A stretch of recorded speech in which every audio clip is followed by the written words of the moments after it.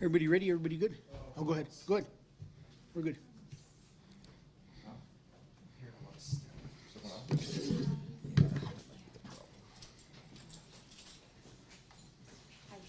Hello.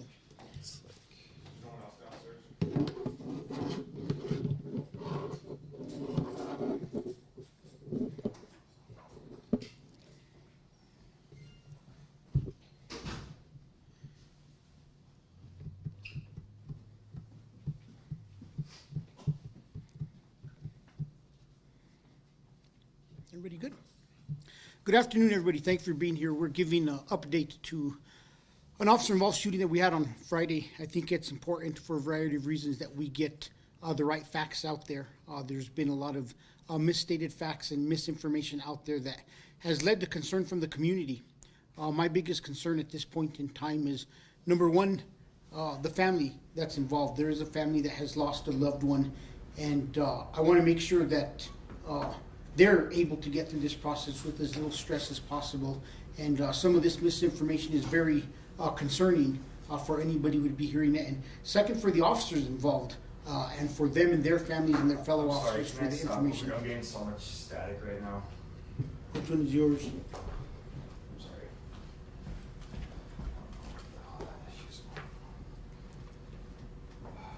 That's okay, don't worry. We're good.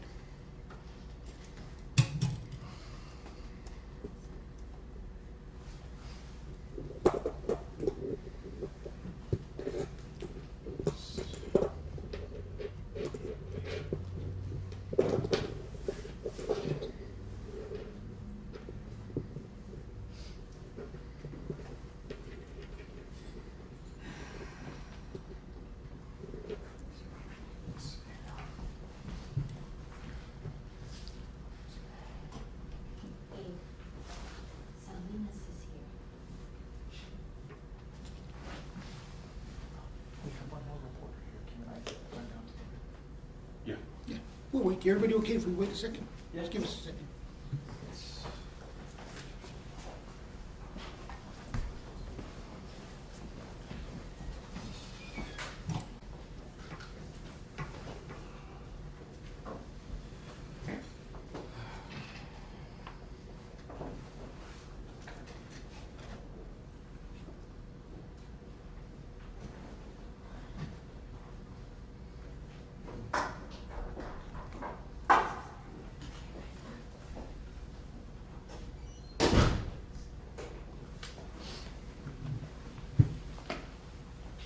Everybody ready? We'll start all over again. We'll just start from the beginning. Good afternoon, everybody. Thank you for being here. We're giving an update to an officer-involved shooting that we had on Friday. We've heard the concerns of the community. We've also seen the misinformation that's out there. And we think it's important for a variety of reasons that we kind of deviate from how we usually handle things, and that we give a little bit more information, what we can, to kind of bring some reassurance to the public that we are investigating this, and to kind of correct the narrative for a variety of reasons. Number one, our condolences to the family of the individual involved in this shooting with us. They deserve to get accurate information, and some of this misinformation that's out there, it's more important that they get the actual facts so that they could more know what's occurring and know what the facts of the case are. Number two, for the families of the officers and the officers involved, it's important that the correct facts are out there and that the public knows exactly what occurred. We've had a couple of gatherings of individuals voicing their concerns. We respect that, their ability to gather and voice their concerns, but they're also gathering for information that isn't correct, and hopefully these facts will help alleviate some of their concerns. We were there at the Tewa Lodge for a variety of reasons. We were there because there's high crime in the area, there's drugs, there's guns, and a lot of the businesses around there support our efforts to kind of clean up that location for the crime that is being committed and its impact on the surrounding community. Our officers at the time contacted an individual that they could not identify, and they handcuffed this individual and put him in a car. As they handcuff the individual and they begin to search him, the individual becomes very combative. We've asked our officers to de-escalate situations. We asked them to avoid the use of force. So they put this person in the car as quickly as they could to try to alleviate any further issues. They recognized that they hadn't conducted a full search of this individual. When the entire video is released, which we're not doing today, we're just doing portions, you will see that they had discussions about their concerns that they had not been able to fully search him. But once again, they were doing what they thought was best to try to de-escalate the situation and avoid a use of force. They calmed the individual down. The individual was very concerned about having to go back to jail. They gave the individual a cigarette. They spoke to him for 45 minutes, and not at one point in time did this individual say, "I have a firearm on myself." When the officers figured out who they were, they advised him, they had identified him, that they had 3 felony warrants, and the individual's demeanor immediately turned, and he made several statements to include that he had a gun and that there's something about his life. I don't know the exact wordage about how it was, but we'll get that out at the appropriate time. At this point in time, officers recognized that this individual, who was very slim, limber, did possess a firearm in his hands and was attempting to position his arms, which I can't do because I'm a bigger guy, to his side in order to use the firearm. There was a struggle, and we'll be showing a still shot of the struggle. Officers were literally in a wrestling match with this individual, trying to control and remove the gun from the individual when the shots were fired. The shots were fired as the individual was still in the backseat of the car, and the firearm was recovered. And what we're going to do is we're going to show a couple snippets of this until we're able to interview and get more information from the officers. But these are the true facts. The individual was armed actively with a firearm. The individual was not following orders, had several opportunities to advise officers he had a firearm. Individual did not want to go to jail. The individual made a lot of concerning statements during the course of this interactions, and this is tragic. But we're also going to touch on one other aspect as soon as we're finished with along this way. There's been a lot of concern and improper information out about a protest and kids that were protesting arrested. While we respect the right of individuals to voice their opinion, we also cannot allow individuals to penetrate our crime scene. Video will clearly show that one individual tore down our crime tape. And a few weeks ago, we were questioned by counsel as to why we don't immediately go and arrest people for misdemeanor crimes. I want to separate the two incidents, a misdemeanor crime and a major crime scene involving an officer-involved shooting. Our officers made the decision that they were going to take this individual who's trying to breach the crime scene into custody and tearing down their tape. And the video cannot explain more and emphasize more what I've said in the past about the crowd becoming combative with officers, and that's why it has to be so careful when we decide to use our officers to execute an arrest in these situations. You will immediately see a crowd turn on the officers. You'll see detectives having to leave the crime scene to get to the officers to help arrest the individual there were. That is the first individual arrested. The second individual arrested, and I want to make this a very strong statement, do not hit my officers.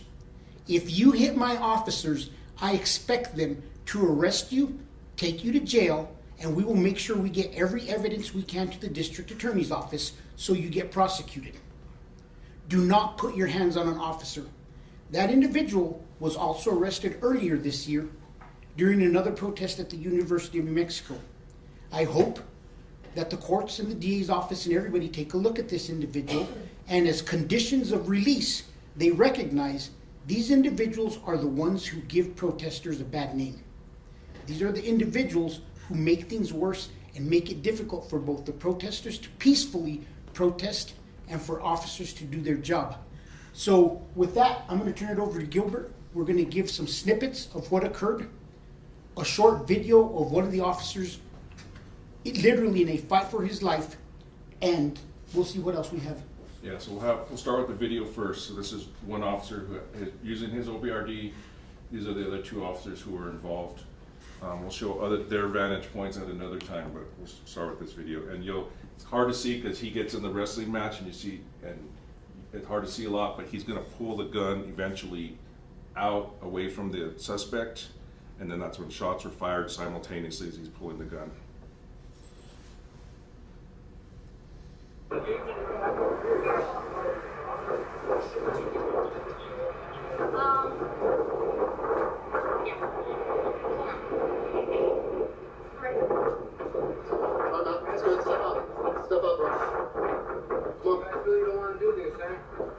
What do you mean by, I don't know what that means, but you need to step out right now. Come on.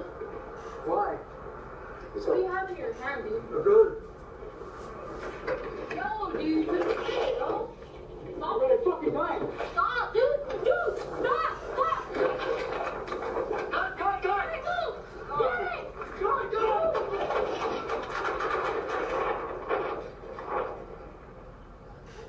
Don't fucking move.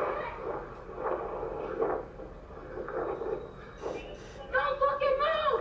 Don't fucking move. It's good. Head back. Hold. Don't fucking move. Yes, Mr. Anthony, stop. No, I got the gun. You got it? I got the gun.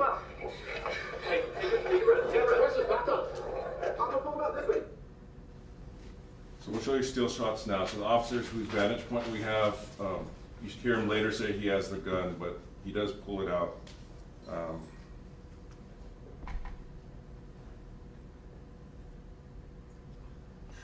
So the officer's face, you can see that's whose OBRD we were watching. One of the officers came around the other side, and you could see where the circle is, the gun, which is right here. So this officer's trying to grab it with his left hand, this officer has it, and you can see like the skin on the hand of the suspect. So they're all trying to grab the gun at once. This is just one frame later, you can see the gun. This officer is turning the gun. He said he's trying to get it downrange so it's not pointing at the other officer.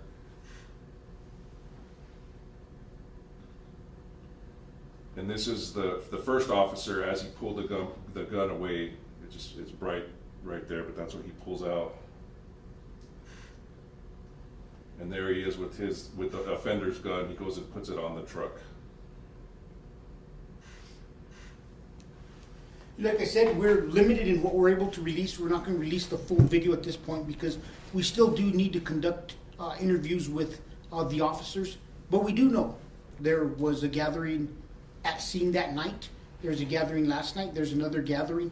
What I want the citizens of Albuquerque, because I recognize there are some people, and I've said this for a long time, no matter how good we do our job or how bad we do our job, they're never going to be satisfied with the job that the officers of the police department do. They have a bias built into them that they dislike officers. But I want the general public, who are all the people in the middle who see things for what they are, I want them to know before all these gatherings occur what the actual truths are and what the facts are of the investigation is showing that we have to kind of kill some of the information that has already been put out that is not accurate. With that, does anybody have any questions? And just real quick, just to clarify, so the officer in this vantage point that's behind his OBRD, he fires shots. The female officer on the other side then fires shots. The officer who pulled the gun never drew his own gun, and he did not fire shots. So two officers fired shots. And this is a good still photo because you could still see the wrestling match over the gun, and the second officer has already drew his firearm and is getting ready to shoot. Yes, sir. Are you guys going to release the name of the suspect that was hit? Yeah, we did make note next to Ken. They made, It's, did they? yeah, Matthew Garcia. Let me get you the date of birth. Yes. What are the standard operating procedures for officers when they come across an individual, even if it's just, if they're even going to be detained, not arrested? What are they supposed to be following, or what is the kind of that kind of step-by-step process officers should be taking? You know, at this point, because this individual is handcuffed, being put in a car, they should have done a more thorough search. But I think it's important that we recognize we have a team that investigates that. That is part of a administrative investigation. It's not part of a criminal investigation. And there are two investigations that will go forward. There'll be a criminal investigation that determines, and the determination is not made by us, it's generally made by the prosecution, that an individual officer's use of force was within the law and that there will not be criminal charges. APD then conducts their administrative investigation, and that will be determined if there are any administrative violations that have occurred. Our administrative violations are towards the individual's employment and can range from a letter of reprimand, a verbal reprimand, all the way up to termination. So this investigation will take its course, but I think it's important that we define those two so that the public understands just because the officers may have not conducted a search, it doesn't necessarily mean that it's a criminal act. And that's understandable that the investigation still needs to proceed forward, but what is like the typical standard procedures though? If stepping away from this situation, what is it that officers are trained to do if they are making contact with someone, regardless if they feel like maybe they might be committing a crime or they're just a little suspicious? What are those steps that they need to be taking? Well, the officers have to contact the individual. They have to be able to articulate why they are conducting a search. And it could be for the level that they've already identified a crime has been committed and the person is being taken into custody, or there may be other factors that they're using to say that they have enough reasonable suspicion and or probable cause to determine that this individual is going to be detained, and the moment the person is detained, that they should conduct a search. You guys mentioned that this, I guess the person had 3 felony warrants. He had a gun on him. Do you know who that gun is registered to? No, that's part of the investigation, and generally by the time we give the full briefing, we know where the gun came from and we're able to do a trace on it. So that is part of the investigation that will be occurring. But it's generally not a process that we just enter the information and we get something back. It actually goes through the federal government for us to get a return. One more and then we'll go to Nick. Go ahead. For the officers that were involved in the shooting, how long have they been with the department? I think one is I know one is fairly new, probably about 2 years, and the other ones will have to get that information. We generally don't provide that till the final briefing. Nick? So just hear you correctly so we get the right information out. He had a gun for 45 minutes in the back of a patrol vehicle. Yes. With that, was there a systematic failure to not properly search the suspect? And with that, would he still be alive if proper policy and procedures were followed? That is something that our administrative investigation is going to have to determine, whether what occurred, where something was not done properly within policy. It's very difficult for me to come here and give you my opinion now without going through all of the investigation, because at times I do already learned that leads to litigation for the city. So until this case is reviewed, until these findings come out, we will not make, we owe it to our officers not to make any predetermined determinations. Is there a chance that the officer that was trying to take the gun away from the suspect, could he have also almost been struck by the bullets that rang out? That there's always a possibility. That's something that we'll have to look at. That was one of our earliest concerns, and that will be looked into on the use of force side investigation. Do you know how many shots were fired? I don't know at this point in time. It's still early on. Yes, ma'am. Chief, you mentioned several times about misinformation being put out there. What was the misinformation and who was putting it out there? It was different groups on social media putting information out about the location of the shooting and what had actually occurred, and they had characterized it as a certain way. And it seems like some of the groups you had mentioned are still planning on further protests. Will APD be present at those protests to make sure things don't escalate to what they were the other night? We'll be in the general area. Downtown is basically shut down tonight. They could walk around the police station. Don't touch this police station, I would ask, because then of course that escalates things, but they have the right to protest. I want to make sure all of Albuquerque knows, because if individuals still choose to come out, and the protest that I've seen is release more information and video, we are doing exactly what we were asked.